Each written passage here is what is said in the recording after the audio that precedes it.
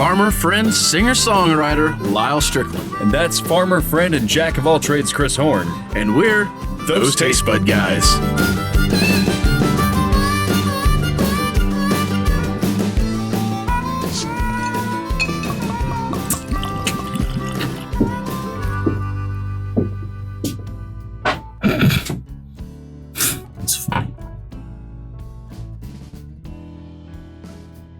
Are we recording?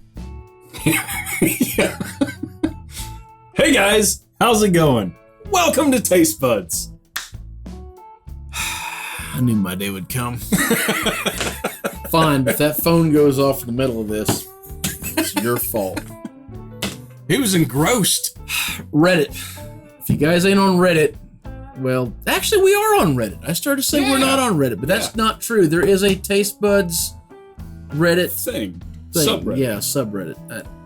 Which we don't do, but somebody else does. And if you want to get on there, by all means, I'm sub to it. I assume I'll see stuff if it pops up, but nothing's ever popped up because I don't think anybody gives a shit. But anyways, okay. Well, we're doing a bourbon because Lyal said he wanted to drink this and he just bought it. Yeah. And I didn't realize he meant right now. It's a really expensive bottle of bourbon. I mean, broke high dollar stuff, huh? High dollar stuff. This was like Whistle Pig expensive? Not quite. Not quite. Little under Whistle Pig. So we're talking probably $3.25, $2.99, something in that area. Yeah, maybe around there, but maybe a little lower. Littler. Okay, so like the cheaper Whistle Pig that's like $2.50, $2.25.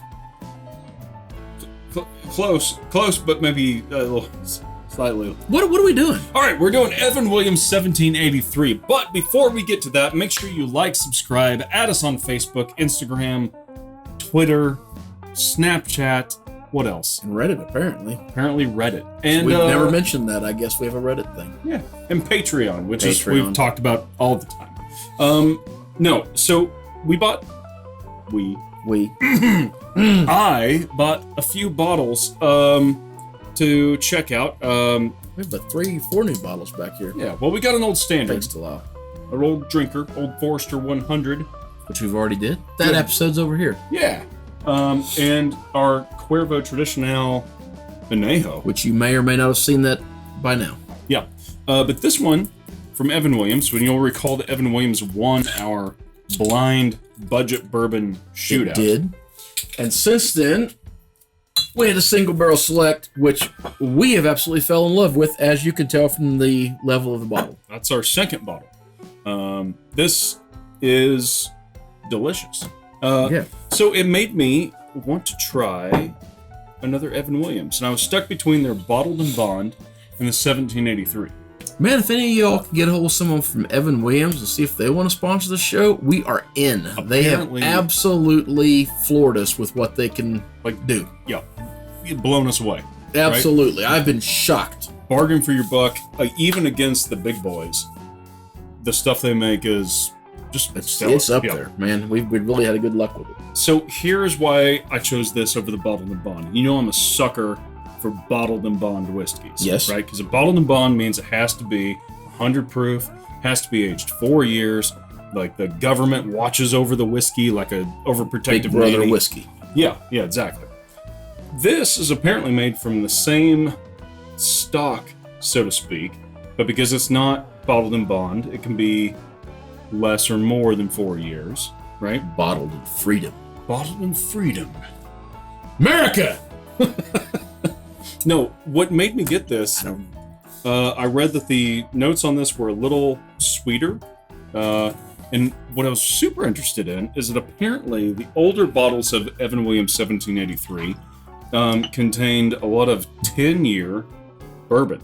So that was a story you kept giving me on this. You kept talking about 10 year. There was a fire. How long ago? I want to say it was a handful of years ago. Okay, I think it was like 2 years ago, but I could be wrong. There was a fire that they had that destroyed a large percentage of their aged whiskey, and it kind of screwed them over. Yeah. So since then, they have removed the age statement off this because I think they had to, due to they couldn't put it out. But part of it's still 10-year-old whiskey. We think. We think. We don't. Says the internet. Okay. It actually smells a bit young to me. If I was going to guess, I would say this was a much younger whiskey. Yeah. It's got a nice cherry. There's a little caramel sitting in the back. Yeah, the wood's not very prominent. But it's not super boomy either. It don't have this alcohol. Yeah. It's like, batting you around.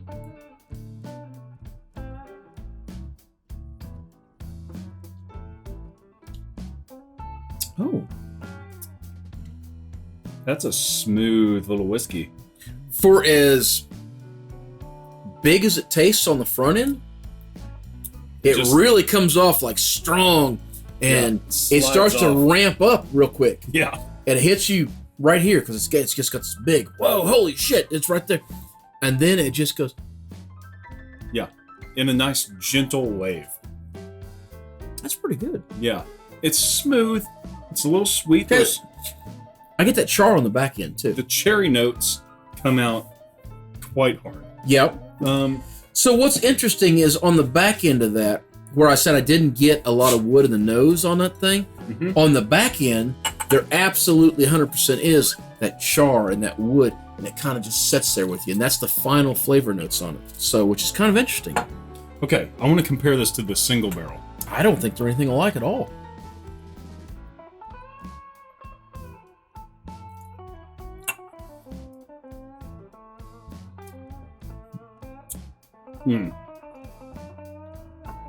That is good. It's actually a little harsher. Right? Oh, you think so? Really? I think the alcohol notes are heavier. It's a little more bright.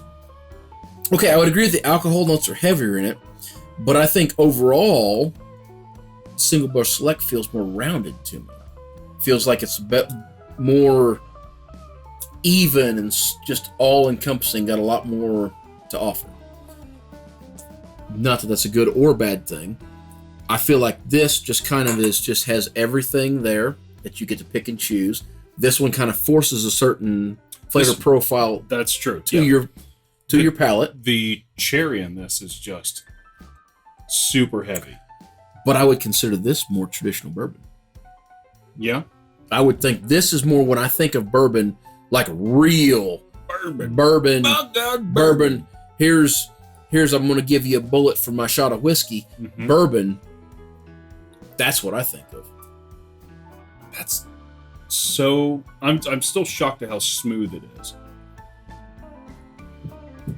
which is not something that I appreciate in bourbon. It's so weird. Very often. It's reminded. That's so weird that it's that smooth after coming off as big as it is. Yeah, when you first take a sip, you get this huge, just like, hey, I'm here, and then it just kind of tapers down. Here's the other thing about this: $17 a bottle. That's nowhere near Whistle Pig prices. Nowhere near. I'll be dang. Yeah. Whistle Pig also isn't a bourbon; it's a blended whiskey. Is it? Yep. Remember?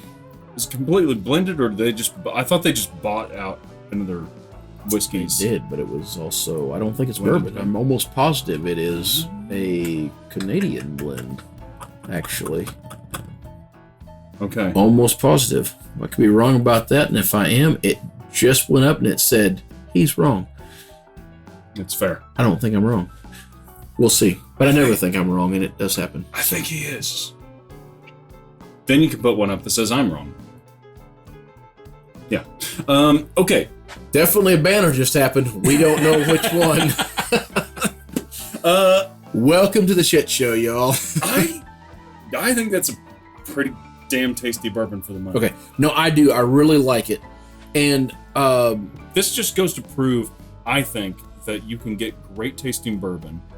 Not amazing, not blow you out of the water, not shocking whiskey. You can get good, solid daily drinkers with different flavor profiles for under $20. Okay, so to prove that, let's just stop for 1 second.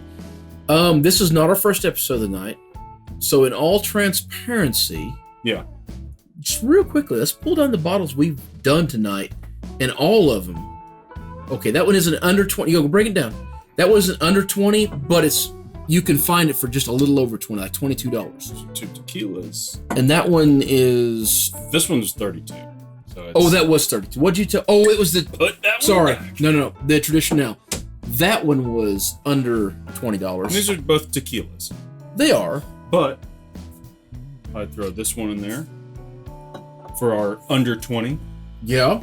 Hell, Yeah, absolutely. That one's. throw this one in for under 20. We've gone off the rails. Forester was not under 20, was it? 22. 22. Damn close. Maker's Mark is right in that area. I But think it not jumps good to 25. Okay, so that's a good start. Yeah. So these are several bottles that you can get in that $20 price range. You might have to step to 25 depending where you're at. And every one of them here is something we consider worth having. Good, good. And like I say, we're several bottles in tonight, which is why we brought these two out. But for the money, my gosh, you can't beat them. You absolutely can't beat them. Yeah. Go get yourself some good, cheap bourbon to have on the shelf so that you can afford one day to get the really, really good stuff and Not savor saying the it. big stuff ain't worth it. No, it is. It is worth it. But you sometimes. can't. Well, at least we can't drink a $300 bottle of bourbon as a daily drinker, right? No, sadly, because not enough of you have subscribed to Patreon. Sad. So, all right, let's clear all this crap out of the way, and I'll just knock on my whiskey. That's gonna take a whole new graphic. I don't know what it's gonna be yet. No. Probably that. Oh my gosh. Mine's all still intact. I'll give you that one. Thank you. All right, whether it be the whiskey or spilling. It's just a moment of silence.